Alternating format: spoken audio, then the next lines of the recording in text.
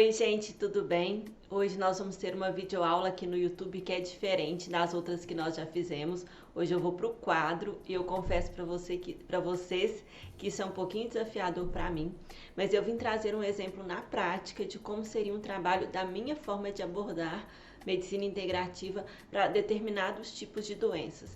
De vez em quando eu vou trazer isso para que fique mais prático para que vocês possam perceber onde a gente faz a diferença quando a gente traz uma abordagem bem integral mesmo daquilo que é a rotina, o dia a dia de um consultório médico, de um ambulatório, de um PSF.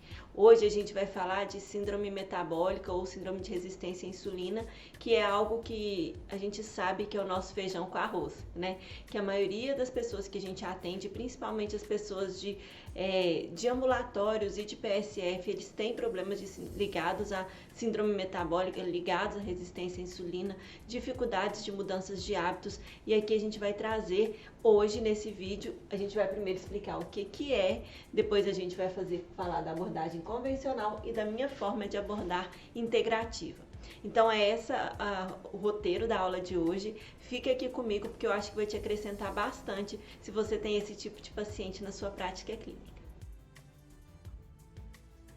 Bom, então o que é, né? Nós já sabemos, porque a gente trabalha muito com isso, a síndrome metabólica em si, ela é definida como um conjunto de sintomas, né, com um conjunto de sinais que vão aparecendo como alterações em exames, tanto exame físico quanto exames laboratoriais, que nos levam a pensar num conjunto de fatores que aumentam muito o risco de doenças cardiovasculares mais sérias e algumas outras doenças graves, como câncer, né? A gente sabe que pessoas que têm essas alterações, elas têm mais predisposição ao câncer, alguns tipos de câncer, câncer de mama, câncer de próstata, alguns tipos são mais evidentes, mais frequentes em pessoas que têm essas alterações ao longo da vida. Então a gente sabe que elas são fatores predisponentes para outros adoecimentos.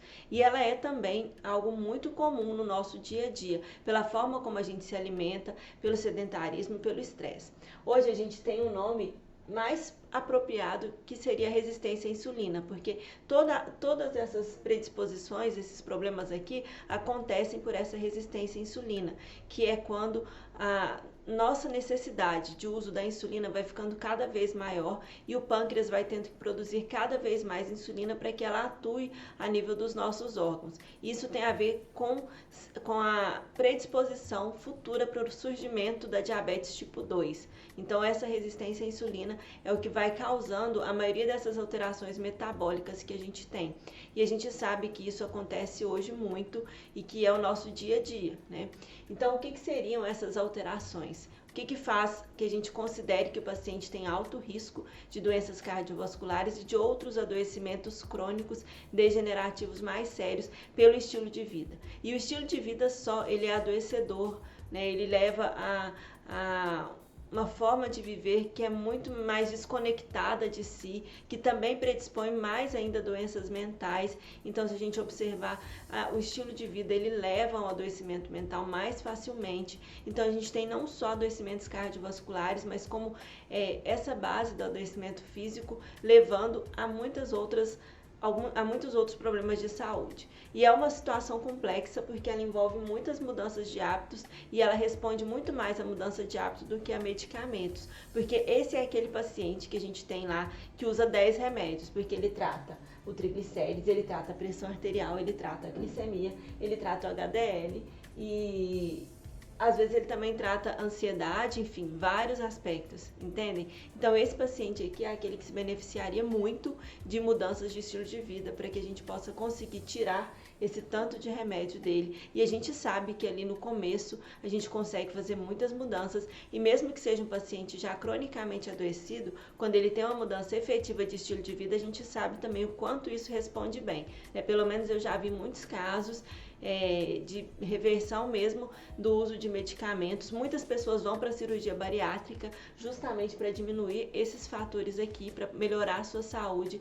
Então, antes de chegar na cirurgia bariátrica, a gente tem que dar uma olhada nessa pessoa a fundo, né? Parar de olhar simplesmente para essa condição que ela apresenta e entender que essa condição foi formada ao longo de toda a sua vida, de uma forma crônica, que isso representa um estilo que tem a ver com muitos outros fatores e não só com a preguiça, né? Porque muitas vezes a gente pensa dessa forma do outro, que ele não quer mudar porque ele tem preguiça, porque ele, enfim, porque ele não tem força de vontade, e na verdade não é isso. É uma condição de fatores que estão na base desse processo aqui e que fazem toda a diferença quando a gente aumenta e amplia essa investigação. Como eu falei, não é algo que vem do dia para a noite, é algo que vai se acumulando ao longo de uma vida toda. Por isso que a abordagem ela tem que ser realista, né? Algumas pessoas conseguem, o paciente emagrece ele 30, 40, 50 quilos e ele tem uma resposta muito rápida. Muitas vezes isso acontece rápido e é muito bom, muito positivo, só que às vezes a pessoa não consegue persistir e manter nesse lugar e ela volta aos hábitos de vida antigos se ela não tiver mudado aquela base do adoecimento dela. Então são fatores muito mais fundos que a gente precisa olhar e que a gente pode conduzir de uma forma leve e que pode talvez ajudar mais o nosso paciente. Então a gente tem o que é? A gente tem esse paciente que tem essa alteração da resistência à insulina, ele tem geralmente uma obesidade abdominal, né? A gente tem lá as medidas que eu não sei ao certo quanto é agora, porque isso muda muito. Então a gente tem uma obesidade abdominal medida na fita métrica mesmo, tanto para homens quanto para mulheres. A gente tem isso dentro das diretrizes de tratamento. Depois, se vocês têm isso na prática clínica de vocês, é só pegarem esses dados certinhos. A gente tem a alteração de triglicérides, isso a gente tem muito, né, na nossa rotina do dia a dia. A gente tem aumento da pressão arterial, então muitos pacientes têm aumento da pressão arterial, aumento da glicemia, diminuição do HDL. Então, quando a gente tem 3 ou mais desses fatores associados, a gente já considera que é uma síndrome metabólica. E às vezes nem precisam chegar nos 3. Às vezes a gente já considera, por exemplo, a resistência à insulina. É muito fácil da gente abordar, né? E a gente consegue chegar nela através de exames, a dosagem da insulina mesmo. E essa dosagem da insulina já nos mostra muitas vezes que uma pessoa que tem um estilo de vida adoecido, mas que está ali ainda não tem obesidade, ainda não tem alterações da pressão arterial, mas ela já tem uma resistência à insulina. Então já é um ótimo momento para a gente atuar de uma forma que a gente consiga mudar o curso daquele processo, entenderam? Então a gente tem aí essa definição muito simples, mas que é algo que no dia a dia é o que mais pega, que são geralmente esses sinais e sintomas que a gente considera, né? A obesidade, o aumento do triglicérides, aumento da pressão, aumento da glicemia, diminuição do HDL, 3 ou mais desses aqui, ou mesmo a alteração da insulina já nos denota que a gente tem ali uma resistência insulínica e que já é hora da gente fazer algo por aquela pessoa, da gente abordar de uma outra maneira. Bom, então como a gente falou, nós sabemos que tudo isso é um adoecimento que vai acontecendo ao longo da vida e que ele vem do sedentarismo, do nosso estilo de vida adoecido nesse momento. Nós moramos em grandes cidades, nós só andamos de carro, nós somos sedentários. Quando a gente realmente quer fazer uma atividade física, a gente dificilmente consegue fazer ao ar livre, a gente vai para academia, então a gente tem que ter um tempo reservado para academia, mas também tem que ter um tempo para o trabalho, que o trabalho é prioridade porque a gente tem que pagar contas. Então, enfim, é tudo isso junto, né? E tudo isso juntos, associado, não só a minha questão, mas também a de toda a família envolvida. Então, por isso que eu falo que é algo muito mais complexo do que simplesmente fazer uma receita de atividade física e alimentação e deixar a pessoa ir embora para casa, sem olhar para o contexto real da vida daquela pessoa e sem perceber também que também é muito mais fácil a gente entregar um comprimido para que, ou 2 ou 10, para que ele possa resolver aquilo, já que a gente sabe que ao fundo a gente não vai conseguir interferir, porque é algo muito mais complexo e que envolve muito mais coisas do que a gente quer. No entanto, nós estamos vivendo um momento em que isso não está nos satisfazendo mais. Não me satisfaz, nunca me satisfez, na verdade. Simplesmente olhar para aquela pessoa e receitar ali os 10, receitar ali a pressão arterial dela, a gente põe o losartana com hidrocloro de azida, e a gente também põe um fibrato para o triglicérides, né? E a gente também põe a metformina e, enfim, a gente já começa assim, com esses pelo menos 4 medicamentos. E ela também tem transtorno de ansiedade, ela toma o clonazepam e ela toma o escitalopram. Então, enfim, aí já vai para 6 remédios, né? Enfim, eu nunca fiquei satisfeita, apesar de que eu sei que em alguns momentos na nossa rotina clínica a gente não tem como mudar esse lugar. A gente lida aí com muitas questões de consciência, e essas questões de consciência passam por nós e pelo outro, e talvez justamente por isso a nossa presença e o nosso olhar de interesse para que aquela situação possa fazer toda a diferença. Vai ter pacientes que a gente vai conseguir e vai ter outros que a gente não vai conseguir. E não se decepcione, porque a maioria nós ainda não vamos conseguir. Como eu falei, passa por questões que vão desde a estrutura da base da vida daquela pessoa. Muitas vezes envolvendo questões socioeconômicas. Ela não tem realmente como parar de morrer de trabalhar agora, naquele momento, para conseguir fazer as mudanças no corpo dela que ela precisa fazer. Entendem? Então, tudo isso a gente tem que levar em conta. Por isso que as abordagens têm que ser individualizadas. E mesmo que você esteja no PSF e que você não tenha mais do que 15 minutos para atender esse paciente, em 5 minutos você já consegue tirar uma história um pouco melhor da vida dela, desse paciente, você já mostra o interesse pela vida dele e isso já resulta em maior envolvimento dele também com aquele processo. Entenderam? A gente vai construindo. Quando a gente tem pouco tempo para situações tão complexas e tão antigas, isso é uma construção a cada consulta, a cada volta daquele paciente, nem que seja só para renovar a receita. A cada volta dele é um novo olhar, é uma construção. Como eu falei, isso passa por nós primeiro, né? A gente fala que a gente quer mudar o sistema para a gente trabalhar de acordo. E a gente tem duas opções. Muitas vezes a gente se frustra e vai trabalhar em outro lugar, porque no outro lugar talvez dê mais certo pra gente. E outras vezes a gente se adequa. E eu ouso dizer que o sistema só vai mudar quando a gente mudar. Quando a gente realmente perceber que podemos e que temos força de atuação enquanto profissionais da saúde para fazer essa mudança aqui. E aí sim, talvez a gente consiga mais tempo para uma consulta, a gente consegue formar os grupos, a gente demonstra mais interesse e isso nos traz, inclusive, mais pontos com a gestão e provavelmente a gente vai conseguir mais resultados, entendeu? Então a gente só muda o outro mudando a gente só muda o lugar que a gente trabalha mudando a gente, não tenho dúvida sobre isso. Então, o que seria a abordagem convencional dessas condições que o paciente vai trazer para nós? Seria abordagem não medicamentosa e abordagem medicamentosa. Como eu falei, a maioria de nós já pula logo para medicamentosa para resolver rápido, não é mesmo? Porque a não medicamentosa, ela envolve muito diálogo, ela envolve envolvimento com a pessoa, ela envolve entrar num lugar que a gente tem dificuldade, que é o de conhecer o outro, de trazer o outro para a nossa vida, porque a gente vai ouvir histórias que a gente não gostaria de ouvir. Então, isso aí nos faz muitas vezes pular logo para o medicamentoso. E eu não estou falando só de você não, porque eu também já fiz isso. Tem pessoas que a gente não consegue chegar tão fundo e às vezes a gente não está disposto naquele momento, porque a gente também tem as nossas questões, os nossos cansaços e tá tudo certo.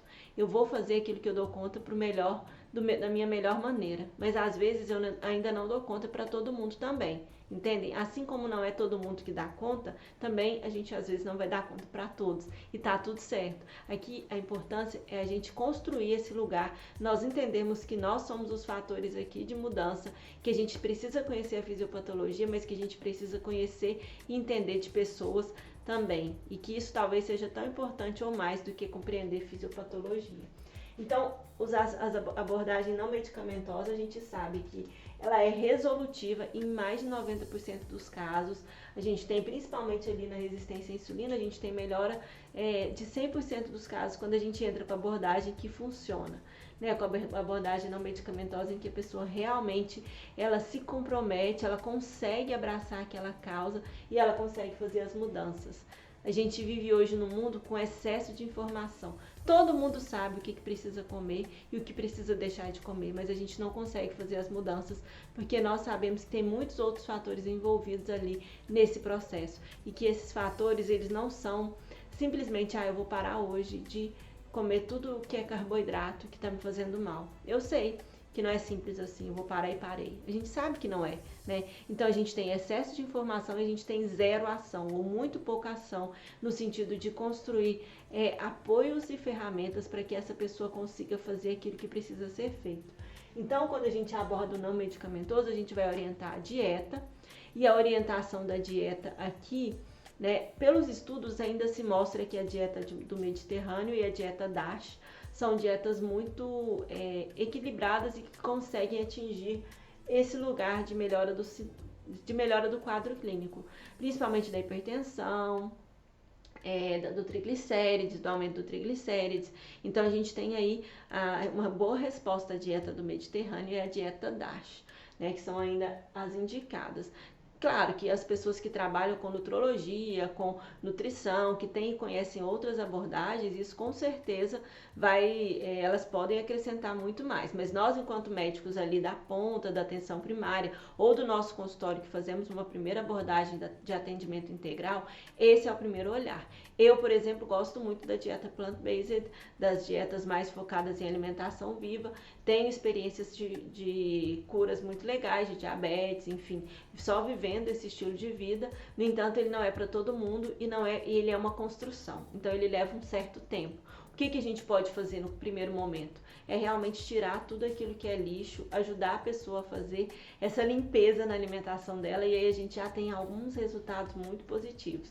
A alimentação é uma construção. Se você quer realmente ter resultados, dificilmente isso vai ser do dia para a noite e dificilmente vai ser com medidas muito drásticas, porque as medidas muito drásticas, elas informam ao nosso cérebro sinais de fome, e isso gera mais compulsão ainda.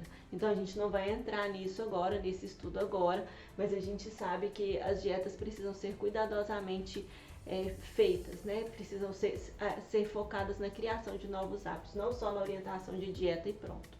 A gente tem a orientação de exercícios, que aí seriam a última diretriz da prática de exercícios físicos, diz para se começar com pelo menos 30 minutos, 150 minutos por semana, seriam 30 minutos por dia, isso, 30 minutos por dia, mas também a gente pode ter resultados com 30 minutos a cada 3 dias.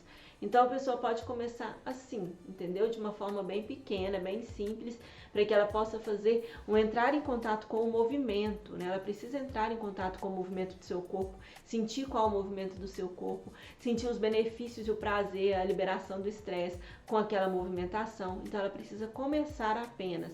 Ela não precisa, às vezes ela não vai conseguir ir para academia, às vezes ela não vai conseguir ficar fazendo esteira, então ela precisa simplesmente começar com o que ela consegue, para depois que você vai se ajustando, né? E o gerenciamento do estresse, né? A gente sabe que o estresse é um dos grandes fatores que atuam aí nos maus hábitos de vida. Então, seriam essas as orientações que são não medicamentosas. Dentro das medicamentosas, a gente tem como principal opção a metformina, que é um ótimo medicamento. Às vezes a gente inicia ele no começo, quando a gente sabe que vai levar um tempo para a pessoa fazer essas mudanças, então a gente inicia o remédio para que ela possa ser ajudada ali, né, a diminuição da insulina mesmo, a diminuição dos níveis de insulina, para que ela possa ser apoiada nas mudanças, enquanto ela faz as mudanças de estilo de vida que ela precisa fazer.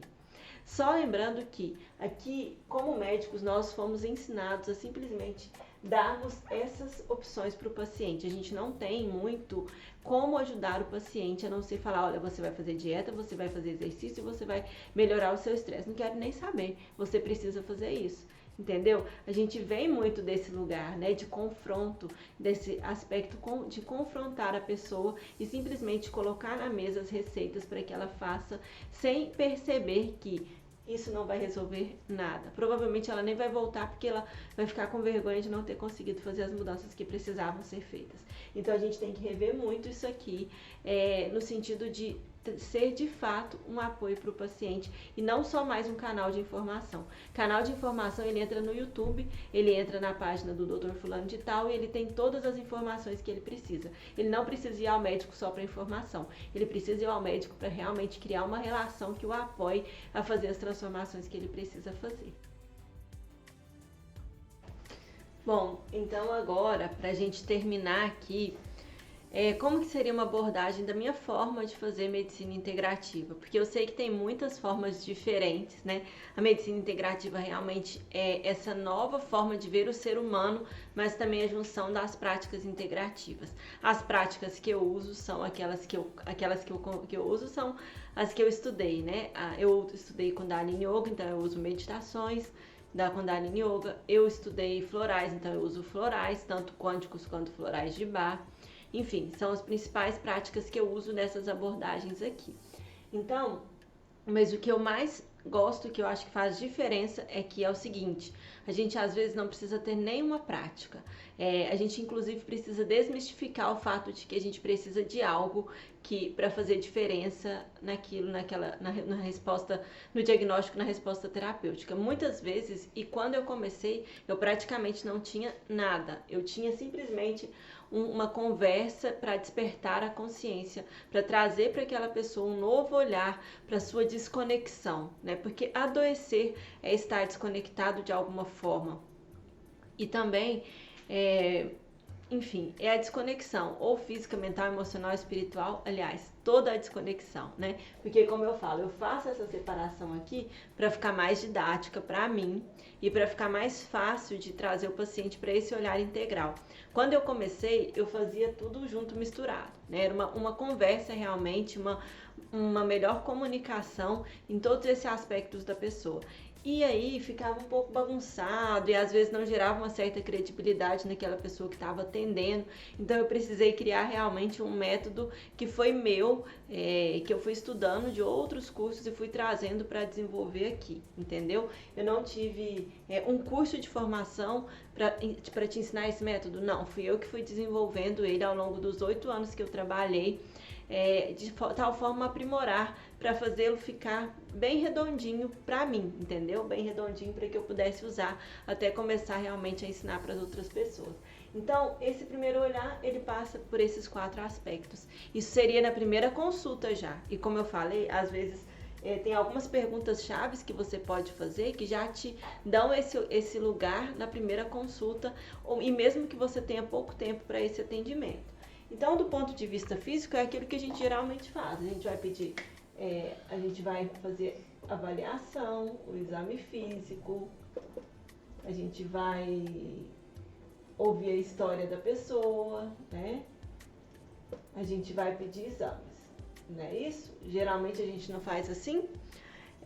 Então, do ponto de vista físico, é isso que a gente já faz. Por isso que eu falo que é uma integração. A gente não vai deixar de pedir os exames que precisam ser pedidos sem exagero, né? Assim, eu realmente acredito que os exames têm que ser aqueles necessários para que a gente possa fazer o diagnóstico adequado daquela pessoa, né? Eu não vou fazer pedido de várias coisas para todo mundo sem saber se realmente é a necessidade da queixa daquela pessoa. Então, a gente tem exames, a gente vai dosar a insulina, a gente vai dosar a glicemia, hemoglobina glicada, triglicéridos, lipidograma, a gente vai fazer todos esses lipidograma, hemograma, a gente vai fazer toda essa avaliação. A ferritina também é bom para a gente ver se ela está alta, né, já denotando para a gente uma doença mais crônica, ou se ela está baixa, denotando também uma disfunção, uma desnutrição de ferro, né? Então a gente tem aí essa avaliação física. E aí, o que eu gosto de fazer além da avaliação física? Porque é o seguinte, gente, toda doença, como eu falei para vocês, é uma desconexão.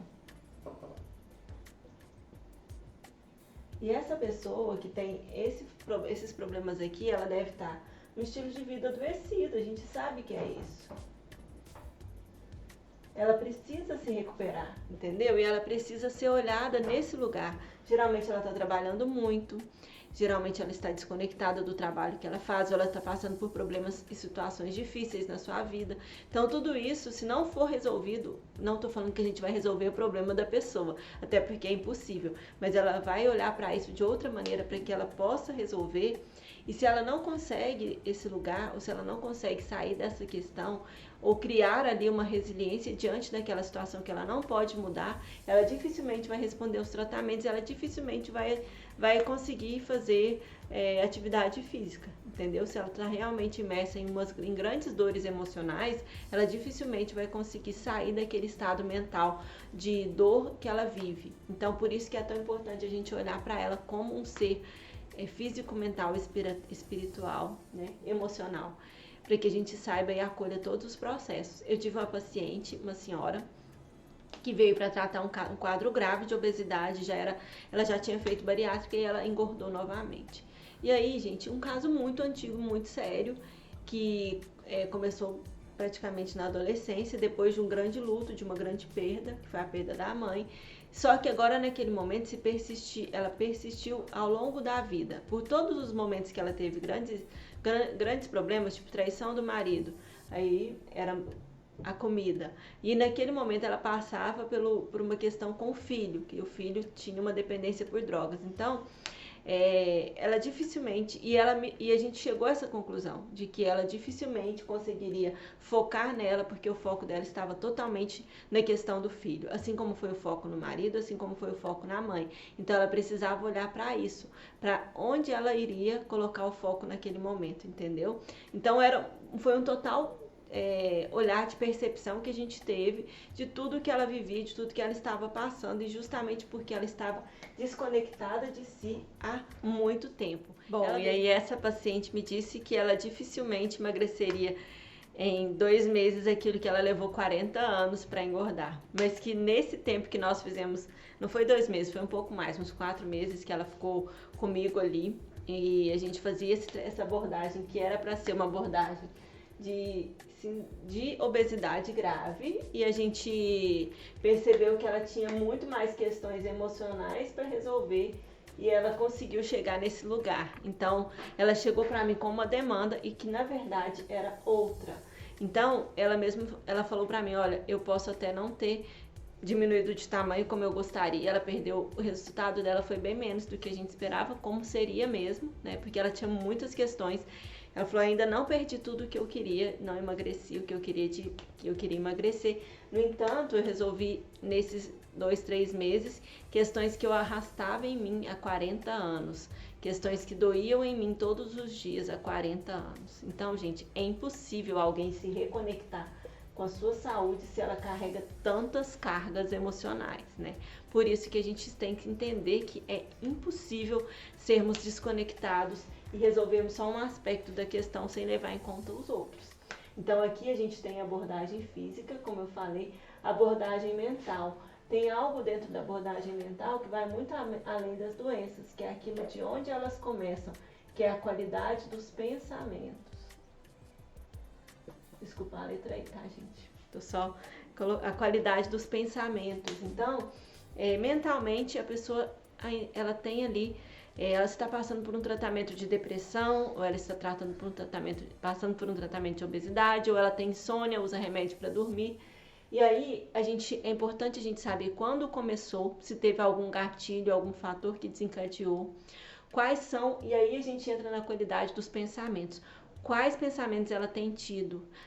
É dúvida, preocupações ligadas a dinheiro, preocupações ligadas a trabalho, frustrações. Então, tudo isso, gente, está na base da pessoa não conseguir se comprometer. Se ela fica o tempo todo remoendo autopunição, remoendo raiva, remoendo pensamentos negativos, ela dificilmente vai conseguir focar naquilo que ela precisa focar.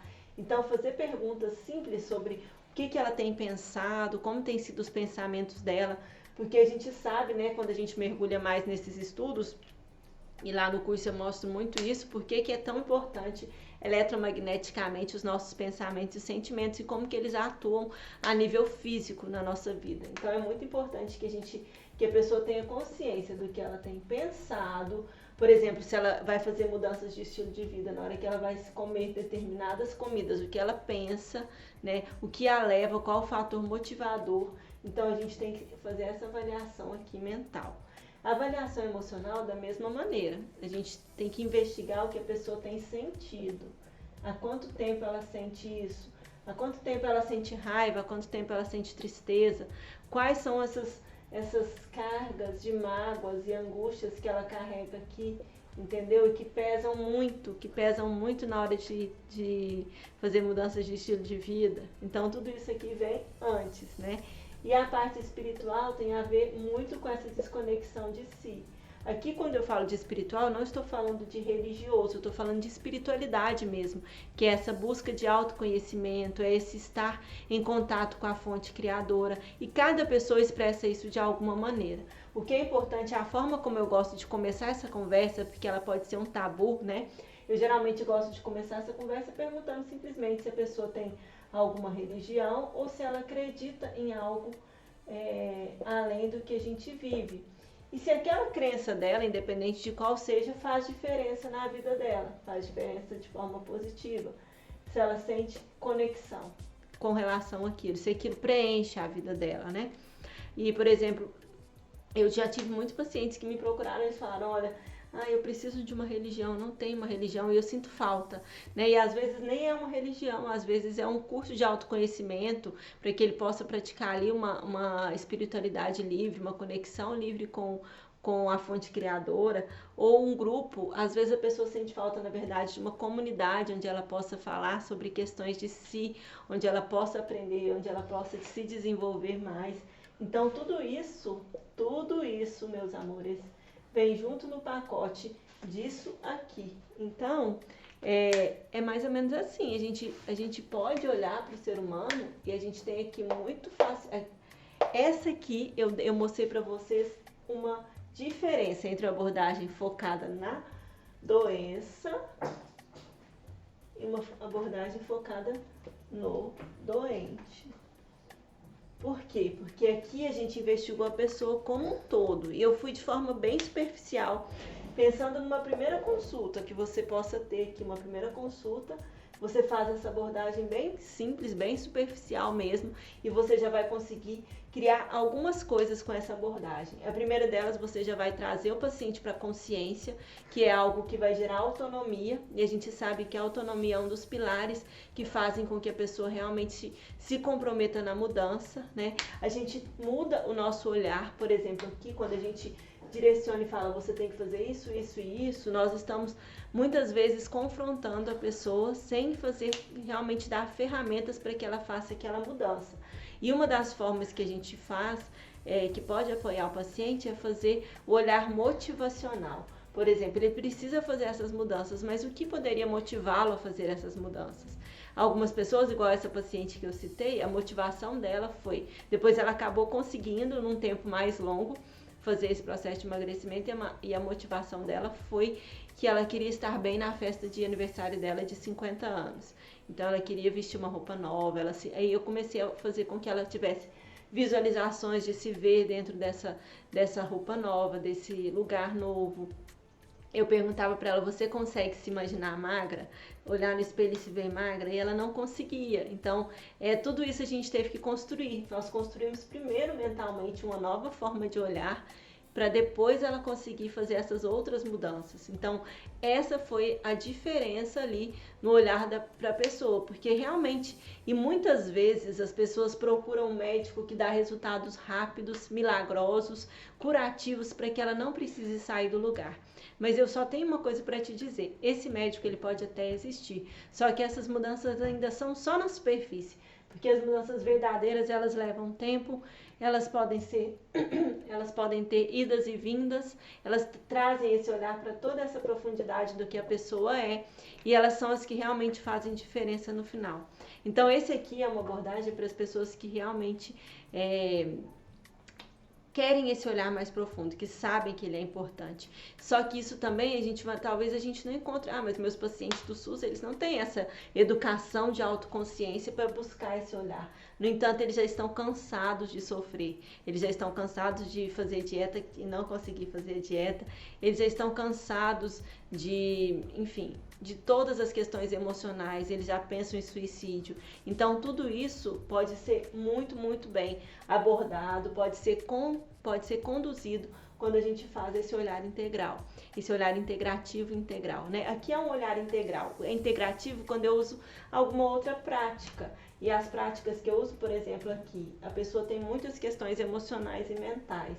Eu vou ensinar para ela uma prática de respiração para que ela consiga, todos os dias de manhã, 2 minutos, todos os dias à noite, que ela faça 1 minuto por dia de respiração, aquilo já vai trazê-la para um outro lugar de autopercepção. E aí eu também eu oriento ao uso de alguns florais, porque eles tratam muito bem, eles abordam muito bem os estados emocionais, eles melhoram mesmo essas cargas emocionais, então tudo isso ajuda aqui, entendeu? Sem deixar de mostrar a importância da mudança não medicamentosa que precisa ser feito. O tratamento continua sendo o mesmo. O tratamento não mudou, ele é medicamentoso e não medicamentoso. O que mudou foi a forma como eu avaliei essa pessoa e foi a forma como ela respondeu a partir da minha avaliação. E tudo isso cria aquilo que eu chamo de ter o médico como uma liderança amorosa, ter o profissional de saúde como aquela liderança que vai te apoiar, que vai te olhar como uma pessoa, que vai olhar para o paciente como uma pessoa e que, portanto, vai ajudá-lo nesse processo que é dele. A gente só simplesmente vai guiá-lo, né? Nós vamos guiá-lo naquilo que ele precisa fazer, mas o processo continua sendo todo dele. A gente vai dar o nosso melhor e ele vai dar o melhor dele para conseguir sair daquela situação de adoecimento e desconexão que ele vive. Então, essa aulinha aqui de hoje, né, a gente foi rápido, mas simplesmente eu não fiquei muito me apegando sobre o que era, falando dos detalhes da resistência insulínica, não, porque eu achei mais importante mostrar para vocês como a gente pode desenvolver um novo olhar, uma nova percepção do ser humano, que se você quiser começar já a treinar, não tem nenhum segredo nesse primeiro momento, né? Fazer esse olhar físico, mental, emocional e espiritual. Claro que a gente tem ferramentas específicas para isso. As que eu desenvolvi foi a anamnese física, a anamnese mental, a anamnese espiritual, a anamnese emocional. Então a gente tem outras ferramentas, a gente pode usar outras meditações.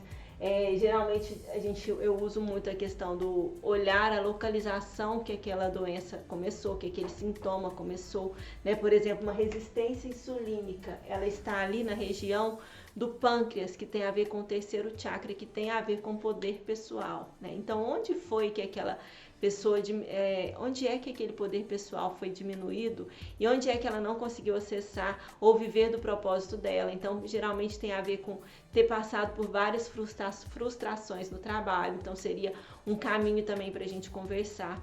Uma outra coisa que é interessante, né, quando a gente vai na metafísica do pâncreas, das doenças como diabetes, é que tem a ver justamente com perder a doçura pela vida. Então a gente compensa com o outro doce, porque a gente perdeu a doçura pela vida. Então são coisas muito pequenas, mas que quando trazidas para dentro de uma consulta fazem toda a diferença, tá bom? Então é isso, eu espero que possa ter acrescentado algo para vocês, que eu possa ter ajudado de alguma maneira. Um abraço e até mais.